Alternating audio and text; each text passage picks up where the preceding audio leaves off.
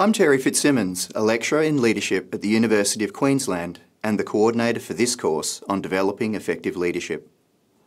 One common way to think about leadership is to reflect on the great leaders of history, those men and women who have brought about significant organisational and societal change. In fact, this is how academic scholars used to think about leadership.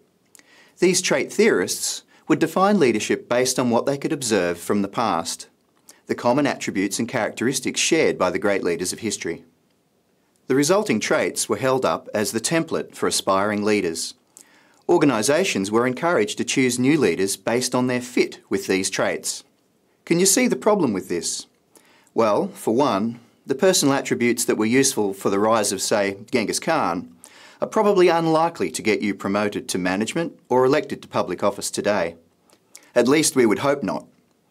What was effective then may not be effective now, or in business rather than military situations. In fact, as we've come to understand over the past century of theorising about leadership, understanding the context in which a leader operates is critical in also understanding what is an appropriate leader behaviour and what is not.